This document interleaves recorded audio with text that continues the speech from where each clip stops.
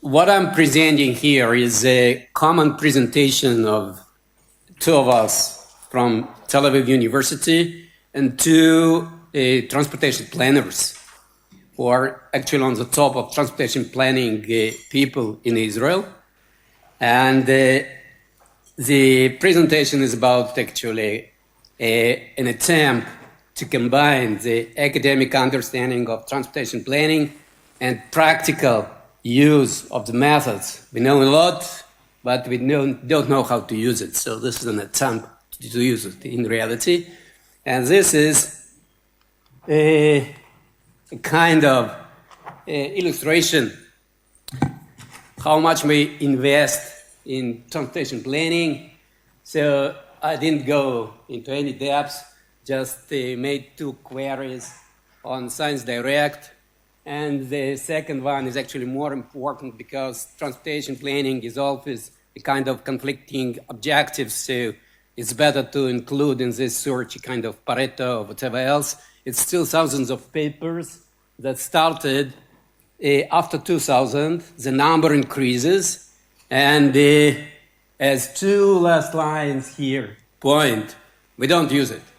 We don't use it in practice. Last 2-3 years, I participate actively in different projects in Israel, and Israeli transportation planning is quite on the top of world transportation planning. We don't use advanced methods. So we try to combine all this stuff together. The reasons are numerous.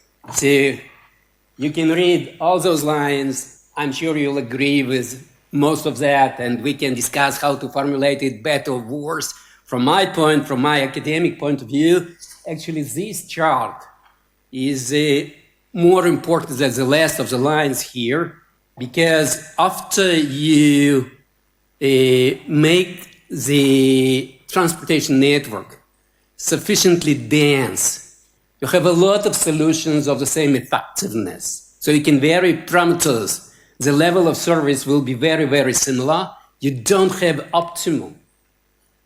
You become in a kind of, I wouldn't say Pareto equilibrium, somewhere on that curve, on that service, and you have to choose. So it immediately connects what I'm saying now to the presentation of Yoram.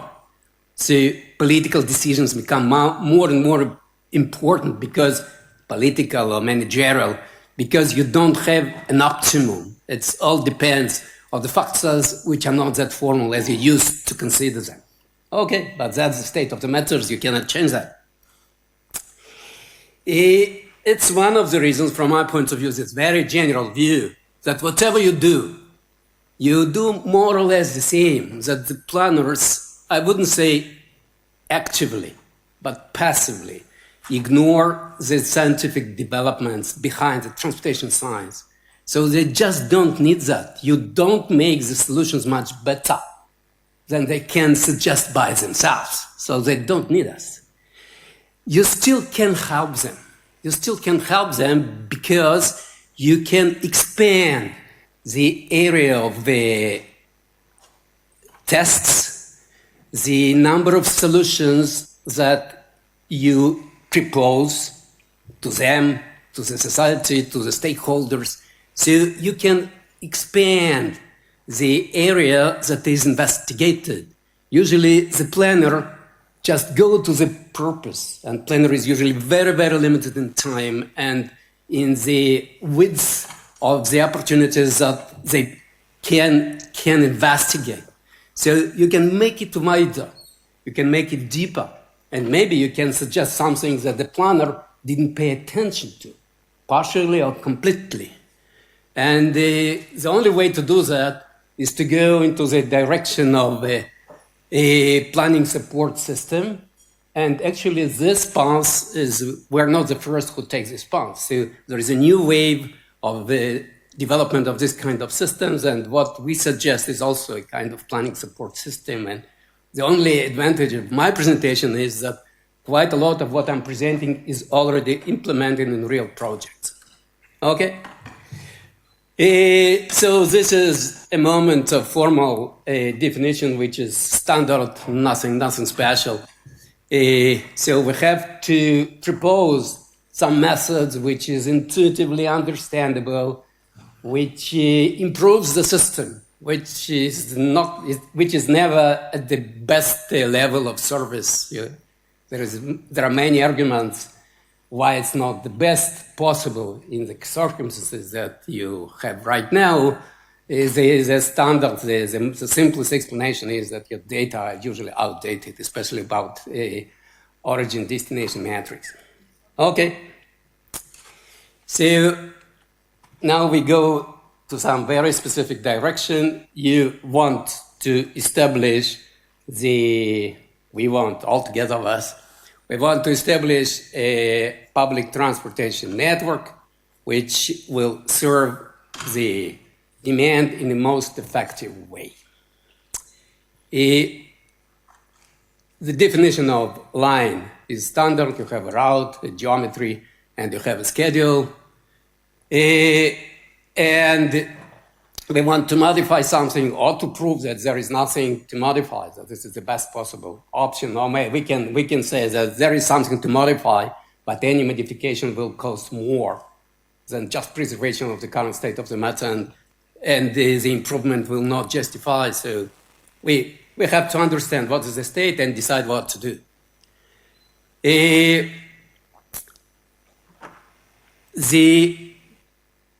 entire framework that we suggest is based on two simple ideas.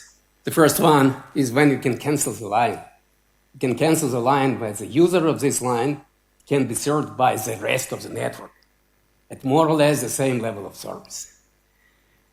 And the new line should be introduced when it can improve the travel utility. In the simplest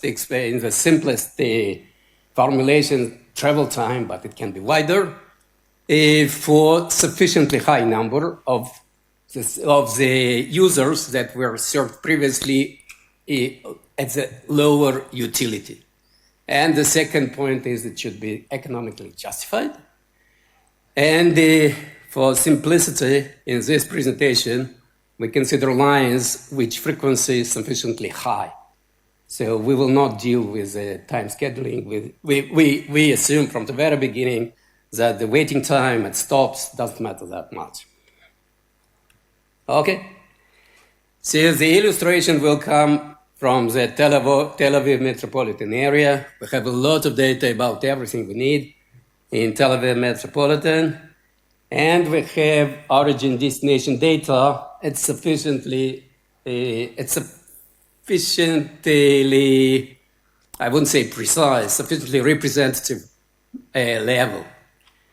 The resolution of the data in space and in time is quite often not enough for the agent-based modeling that we use for dynamic assignment. I will present that in a moment. So we disaggregate all the data which are aggregated in some way based on the layer of buildings. So the resolution of everything that we present in this presentation, it's resolution of buildings and route links. And in the layer of building, you have a number of floors. That's a standard GS layer in Israel of building. So you can disaggregate, let's say, the population. You distribute between buildings based on the overall floor area of the building. So the most primitive way you can imagine. A dynamic assignment that we employ is based on the MATSIM. MATSIM is a mesoscopic model of traffic. It's multimodal system, so every mode is represented as it is. The meso means that we do not include the interaction between vehicles. There is no car following in MATSIM.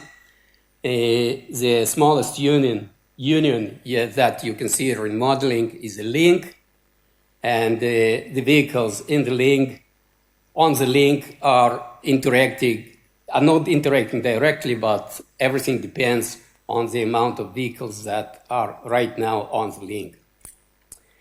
We can manage in the system in a reasonable time, we can manage between 500,000 and 1 million agents. So we usually work with 600,000 as far as I remember. And one assignment takes about 2 hours. It's important because with this system, we made several hundreds, if not 1,000 runs during last couple of years. We deal with that. The system is quite well validated in Tel Aviv. We validated in Israel. We have validated for Jerusalem, and we have validated for Tel Aviv based on 2 sources. So we use roads counts for calibration, and then smart car data for validation.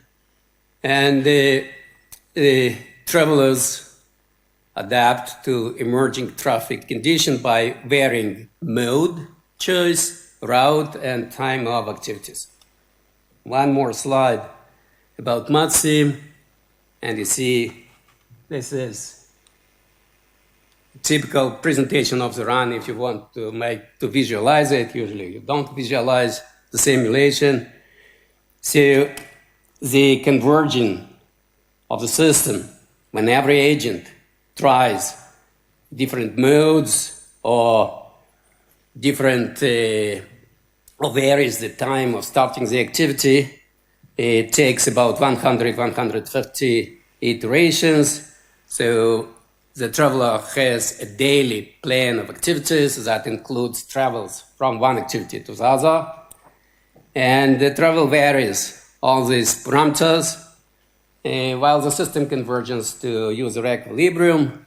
So every day we follow the same loop, which is below.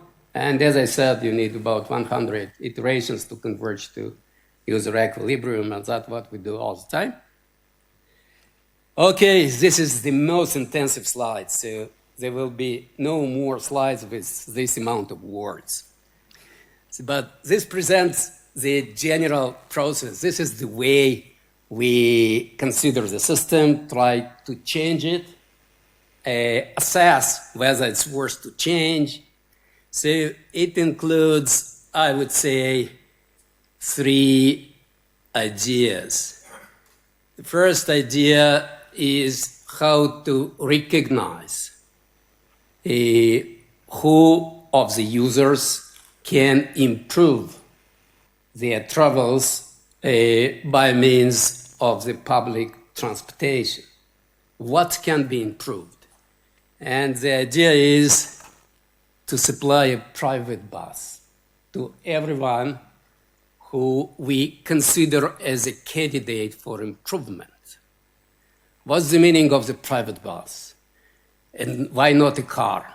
Because the links, the roads that you can use for buses and for cars can differ. It usually differs. So the best I can achieve with the public transportation is the shortest path from my location to my destination, which is constructed based on the sub-network which is available for buses. So whatever I want to compare, I have to base on the network which is available for buses. So I give to every user, let's consider the users of the current public transportation. Each one gets the private bus and navigates in the best possible way. And then you can compare running the same simulation with private buses and with the regular buses, whether my utility can be improved.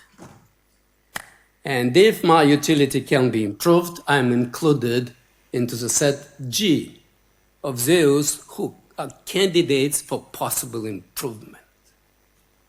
If these people in G are multiple enough, we can consider whether a new line should be established for that. They can be spread in the space, let's say uniformly. At every place, you have a couple of travelers getting from here to there and from here to there. You will not change the situation by installing a new bus line because there will be no sufficient number of travelers for that. But quite often, these trajectories can be clustered, and this cluster can be served by the new line.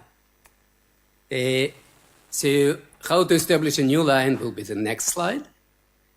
Assuming you can, no, it's written here, I'm sorry. So the idea is here.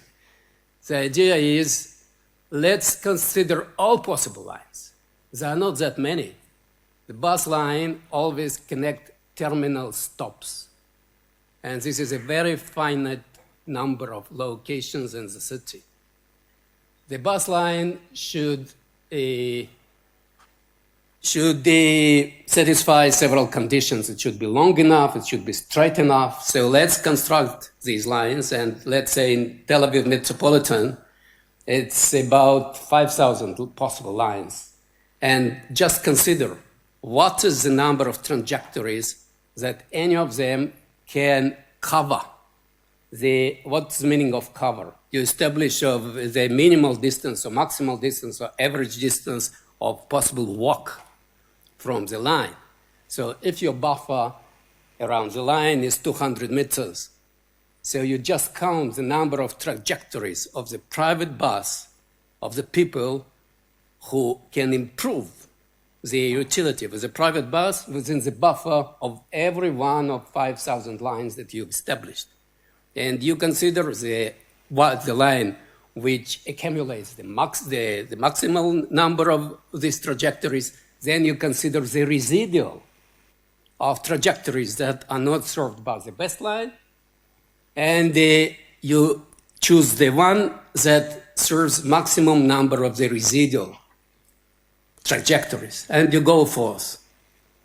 Okay, so 10 minutes, I have to accelerate, and I will skip quite a lot of stuff, but this piece is the piece that we already implement systematically in the project, is the cancellation of lines. And that's the piece that I did not explain. So how do you cancel the line? You have to introduce two parameters. The first one, what is the level of individual tolerance? If you cancel the line, someone will have to travel longer with lower utilities. You have to say that an increase in travel in 2 minutes means nothing, but 10 minutes is something that you have to consider as unacceptable. So this is the first utility that you have to introduce, the tolerance level that you consider that will not be acceptable by the traveler. And the second parameter is how many suffering travelers you can ignore when you cancel the line. So typical parameters that we use is the tolerance is 5 minutes, and the number of suffering passengers is 10 or 25 per hour. So I will skip this slide. So there is, again, an iterative procedure, how many lines can be canceled. An example is the entire number of all the lines in the center of Tel Aviv. It's about 256, as far as if I remember, one-way lines. And shortly speaking, you can cancel about 30 of them at the level of 5 minutes individual tolerance and 10 passengers per line. So if you cancel those 30 lines, you will not more than 10 travelers will suffer every hour, not more than 5 minutes. Okay, if you use the level of 25, you can cancel more lines. New lines, as I said, it's just all possible lines, and you investigate how many trajectories you can cover with these lines. Again, let's skip these slides.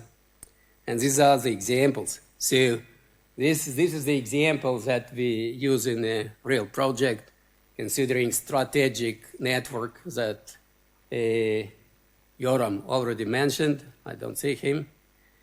And you will be surprised that the first line, which covers 2,000 trajectories, is actually light rail line that is established in Tel Aviv. And then you just, so this is the buffer. This line collects 2,000 travels, 2,000 trips in this buffer. This is the next line, which collects 7,500 trips per day of the residual trips.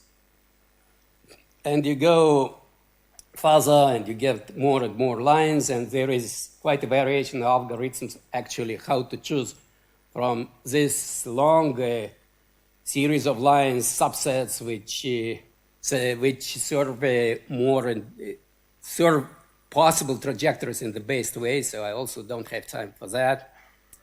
So more and more lines. Some of them are close to the existing lines, some of them are not.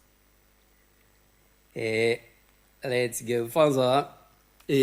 So this is actually the last slide before the general discussion. I hope I have a couple of minutes. So this is the procedure that we propose, which is heavily based on systematic dynamic assignment with the maximum. You always have to understand the suggested set of lines.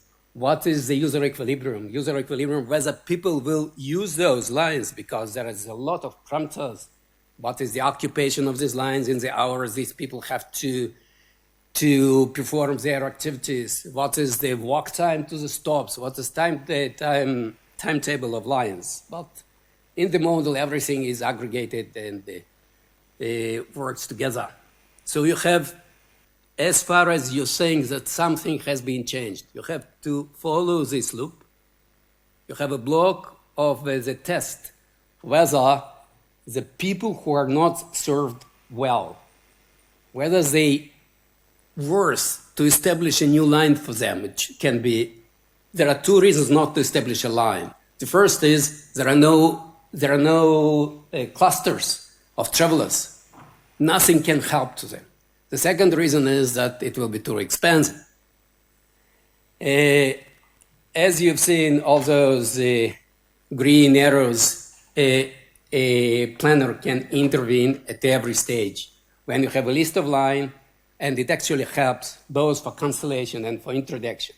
Every line is tested by the planner because there is a lot of reasons not to cancel line despite very low number of users of this line. It can be very specific hour or whatever. There is plenty of reasons, including political reasons. So the system that I presented, it actually works. As I said, it's heavily based on dynamic assignment, and it's heavily based on the availability of origin-destination matrix, which is actually a key data set in this process. And this is the last slide before thank you and the possible questions. So there is a lot of challenges in this approach. I would say the most interesting is the conceptual problem at the bottom. There is a long transition period. So you suggested 7 lines should be introduced and 30 should be canceled. Until it will happen, a couple of years, if not 10 years, will pass. So what to do during that time? During that time will be new changes. So it should be a kind of co-adaptation of the transportation political system with the planning. So it's something even more complicated that I presented until now. And that's actually the end of my presentation. I understand that next time I have to cut it 50% at least, but it's the first time I present this stuff, so I'm quite excited, actually. You feel that? And thank you very much. I hope there is a couple of minutes for questions. A number of planning people who actively plan Israeli transportation helped us greatly with this study. It's implemented in that, as I said, in that strategic network that we are planning right now. And it's funded by the ISTRC research grant. And Oded Lipman, who is here now, present a poster which is also related to this study. Thank you very much.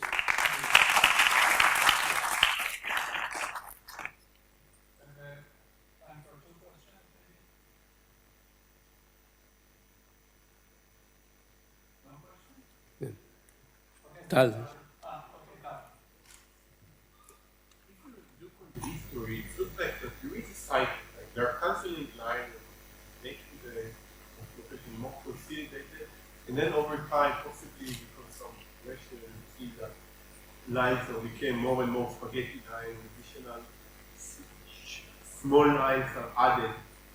Is there really a true understanding in the planning of persons now that makes sense to cancel a lot of lines and get rid of all the non-direct lines in order to increase frequency of the main line?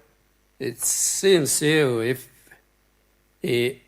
you can prove that one of the advantages of this approach that we actually use, that you can prove that people who are used for those, let's say, auxiliary lines can be served by the system that you suggest or by existing system at more or less the same level of service.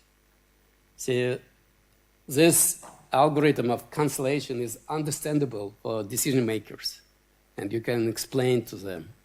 And the network, everyone in Tel Aviv agrees that the network is oversaturated, and they play with a headway.